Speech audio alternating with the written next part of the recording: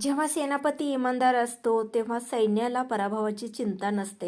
कालच आपण जरांगे पाटलांच्या या नेतृत्वातून सर्वांनीच पाहिलेलं आहे. प्रामाणिकपणा, माणुसकी आणि समाजासाठी काहीतरी करण्याचा ध्यास हा कुठे घेऊन जातो काल आपण पाहिलेलं आहे. असो, आपणही आपल्या सगळ्या कामातून प्रामाणिकपणा दाखवायचा आहे.